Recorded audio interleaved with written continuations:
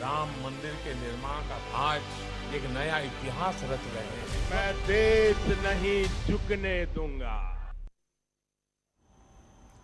यूं ही नहीं कोई मोदी बन जाता। क्या मोदी बनना मुश्किल है? मोदी में ऐसी क्या खूबी है कि वो दूसरों से अलग नजर आते हैं? ऐसी कौन सी बातें हैं कि न सिर्फ हिंदुस्तान बल्कि दुनिया उनकी बातें सुनती है? ऐसा क्या करते हैं गरीब की झोंपड़ी में भी मोदी की चर्चा होती है? मोदी सरकार के 8 साल पूरा होने पर हम आपको कुछ तस्वीरों के जरिए इसकी वजह बता रहे हैं। हर भारतवासी की भुजाओं में वो बल है, हर भारतवासी की भुजाओं में वो बल है जो अकल्पनीय को साकार कर देता है। हम तब जानते हैं, हम तपस्या जानते हैं, देश के लिए दिन रात खपना जानते। यूं ही नहीं कोई मोदी बन जाता तो सवाल ये भी है कि मोदी बनना मुश्किल क्यों है? नरेंद्र मोदी जब गुजरात के मुख्यमंत्री थे तो कोई हरा नहीं पाया, प्रधानमंत्री बने तो 8 साल से कोई चुनौती नहीं दे पाया। आखिर ऐसी क्या बात है पीएम मोदी में भारत के मन मस्तिष्क पर जो छाई हुई है और दूसरों को जनता नकार रही है? ऐसी क्या बात प्रधानमंत्री में है? इस सवाल को समझने के लिए पीएम मोदी के 8 साल में 8 अंदाज देखिए। सबसे पहले श्री राम मंदिर निर्माण और पीएम मोदी की तस्वीरों को देखिए।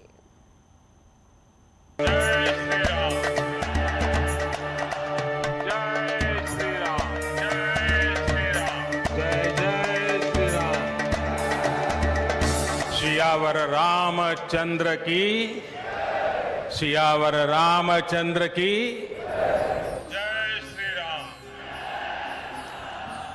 500 साल बाद रामलला जन्मभूमि पर इस तरह से जयकारे लगाए गए। जय जय श्री राम। राम मंदिर की नींव रखकर पीएम मोदी ने 500 साल का इंतजार खत्म किया था। कांग्रेस और विपक्षी पार्टियों ने कोर्ट में मामले का बहाना देकर रामलला की जन्मभूमि से दूरी बनाए रखी, लेकिन प्रधानमंत्री मोदी ही एक ऐसे नेता हैं जिन्होंने सरकार बनने के बाद न सिर्फ अपने सपनों को पूरा किया बल्कि करोड़ों हिंदुस्तानियों को राम मंदिर का तोहफा दिया। जय सिया राम। आज ये जयघोष सिर्फ सियाराम की नगरी में ही नहीं सुनाई दे रहा, बल्कि इसकी गूंज पूरे विश्व भर में है। 5 अगस्त 2020 को प्रधानमंत्री मोदी जब अयोध्या में रामलला के दरबार में पहुंचे तो सबसे पहले उन्होंने रामलला को दंडवत प्रणाम किया।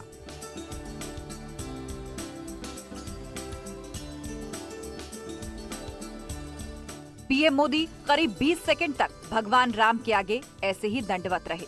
रामलला के शरण में खुद को सौंप दिया था। इससे पहले किसी प्रधानमंत्री की ऐसी तस्वीर नहीं आई थी। पीएम मोदी का यही अंदाज उन्हें दूसरों से अलग करता है। वो हर काम बहुत ही शिद्दत और नियम से करते हैं। रामलला के दर्शन करने के बाद पीएम मोदी वहां पहुंचे जहां पर नींव रखी जानी थी। राम मंदिर की जब नींव डाली जा रही थी तो उस वक्त सबसे अनोखी तस्वीर सामने आई। मंत्रोच्चार के बीच प्रधानमंत्री मोदी ने पहले एक ईंट नींव में रखी। देश भर से आई नदियों की मिट्टी, रेत और जल को नींव में डाला। सभी देवताओं को याद कर प्रणाम किया और जब नींव रख दी गई तो वहां की मिट्टी उठाकर सर से लगा लिया। इन्हीं वजहों से पीएम मोदी को लोग हिंदुत्व का ब्रांड एम्बेसडर कहते हैं। पीएम मोदी हिंदू रीति रिवाजों का पालन करते हैं, मंदिरों में पूरे विधि विधान से पूजा करते हैं, हिंदू हितों पर खुलकर बोलते हैं, सांस्कृतिक विकास को प्राथमिकता से करते हैं। वहीं दूसरे नेता ऐसा नहीं कर पाते। जय श्री राम, जय श्री राम, जय श्री राम, जय जय श्री राम। 2013 में जब केदारनाथ घाटी तबाह हो गई थी तो किसी को उम्मीद नहीं थी कि केदारनाथ धाम की तस्वीर बदल पाएगी।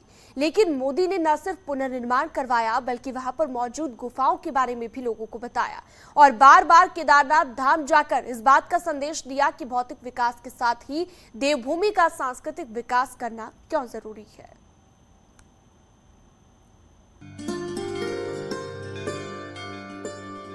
त्र्यंबकं यजामहे सुगंधिं पुष्टिवर्धनम्। जय बाबा केदार, जय बाबा केदार। महादेव भक्त पीएम मोदी।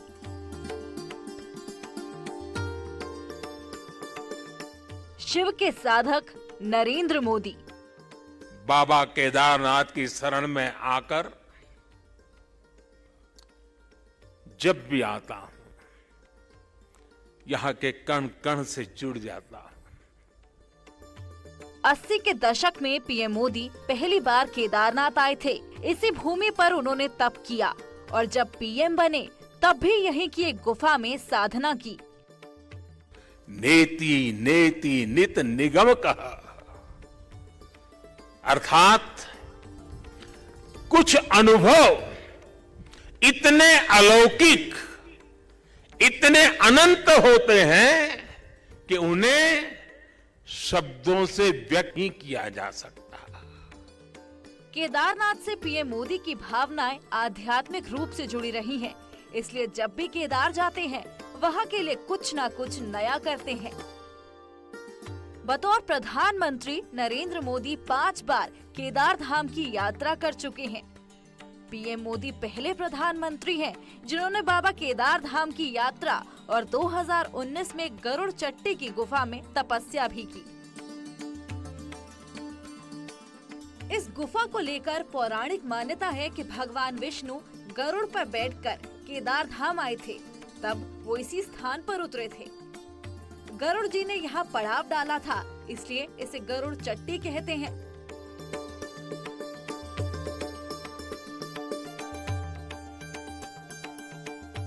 पीएम मोदी इस गुफा में साधना कर केदार यात्रियों को इसके बारे में संदेश दिया, क्योंकि ज्यादातर यात्री सिर्फ केदारनाथ के दर्शन के लिए जाते थे, लेकिन गरुड़ चट्टी से इस गुफा के लिए कोई भी नहीं जाता था। लेकिन जब से पीएम मोदी इस गुफा में गए तब से यहाँ पर पर्यटकों के आने का सिलसिला बढ़ गया। पीएम मोदी पर्यटन को बढ़ावा देने के लिए बहुत से प्रयोग करते हैं। मुख्य स्थल के आसपास की चीजों को भी प्रमोट करते हैं। पीएम मोदी खुद भी आगे आकर ऐसी चीजें दिखाते हैं जो लोगों को उत्साहित करती हैं और घूमने के लिए प्रेरित भी करती हैं। यहाँ की हवाएं, ये हिमालय की चोटियां,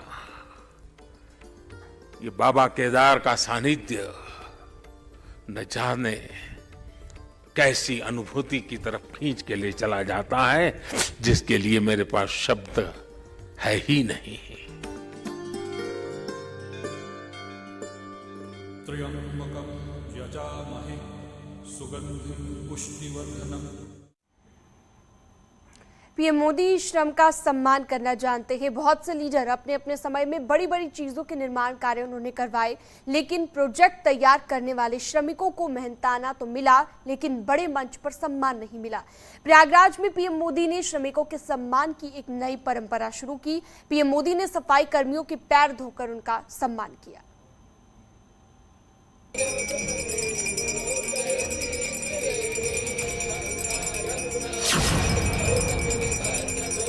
सफाई कर्मियों के पांव पखारती पीएम मोदी की ये तस्वीरें जब दुनिया के सामने आईं, तो हर कोई तारीफ कर रहा था। इससे पहले किसी ने सफाई कर्मियों को ऐसा सम्मान नहीं दिया था। पीएम मोदी कुंभ मेले में गए थे। पीएम मोदी ने सबसे पहले मां गंगा की पूजा की। मां गंगा का दुग्धाभिषेक किया। मंत्रोच्चार के साथ मां गंगा की आरती की।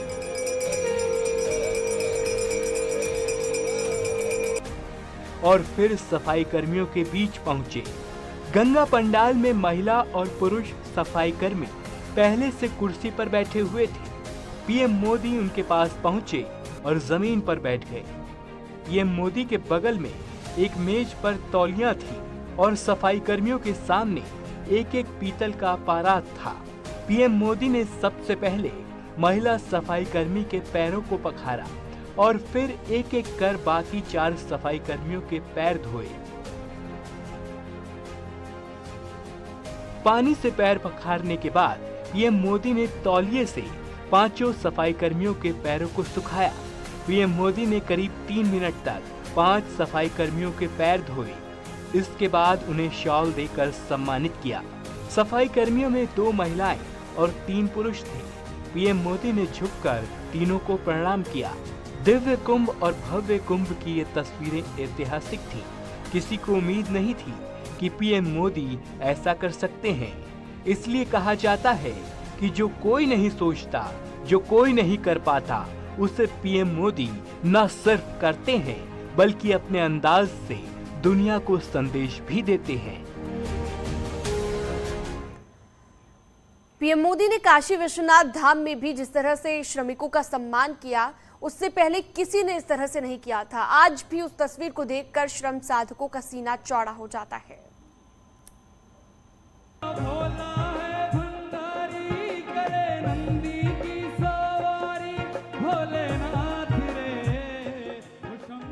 हर हर महादेव। ये तस्वीरें हिंदुस्तान का श्रमिक वर्ग कभी नहीं भूलेगा। महल, हवेलियां, मंदिर, मस्जिद तो हिंदुस्तान में बहुत बने, लेकिन श्रम सेवकों को ऐसा सम्मान किसी ने नहीं दिया। कहते हैं कि ताजमहल बनाने वाले कारीगरों के हाथ काट लिए गए थे, लेकिन प्रधानमंत्री मोदी ने काशी विश्वनाथ धाम को संवारने वाले श्रम साधकों पर फूलों की बारिश की।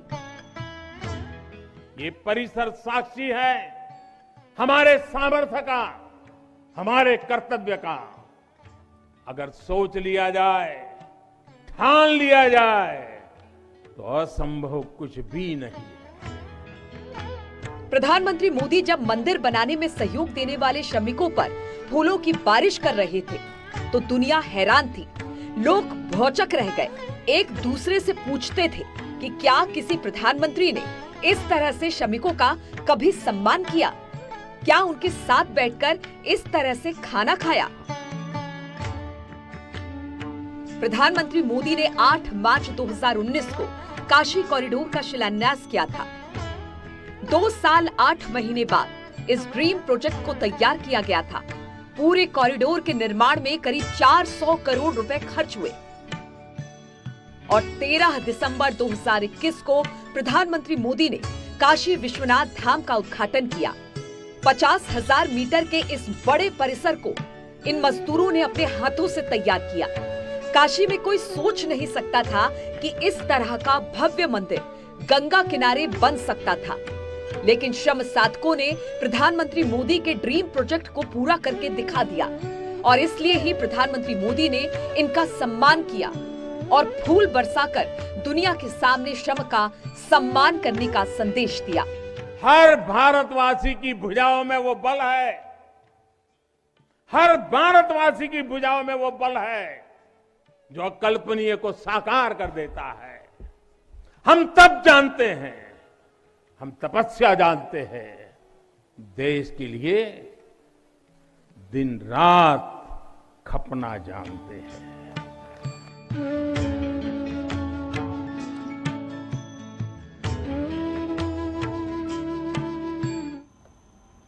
बच्चों के बीच भी पीएम मोदी अलग ही नजर आते हैं। बच्चे भी उनके साथ बहुत ही सहजता से बात करते हैं।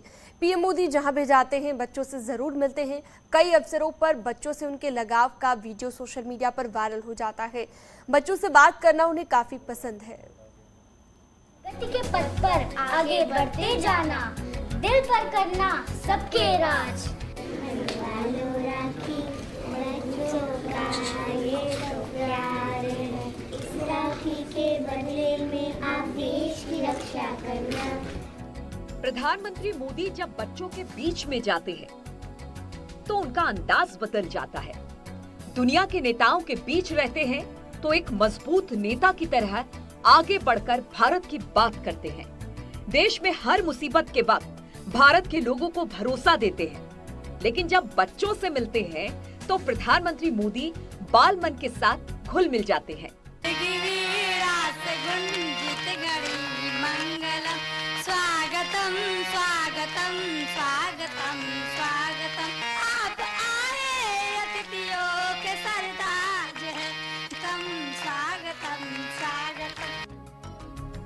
प्रधानमंत्री मोदी 17 सितंबर 2018 को वाराणसी के एक स्कूल में गए। प्रधानमंत्री मोदी वहां के बच्चों के साथ कुछ देर तक रुके और उनसे बातचीत की और डरने वाले बच्चों को गांधी जी की कहानी भी सुनाई। गांधी जी छोटे थे तो उनको डर लगता था, तो उनकी माँ ने उनको समझाया तो तुम राम का नाम लो तो डर चला जाएगा। तो गांधी जी ने लिखा है, तो ऐसा लगता था कहीं अंधेरे में जाते तो राम राम बोलते थे, तो हमारा डर चला जाता। हाँ।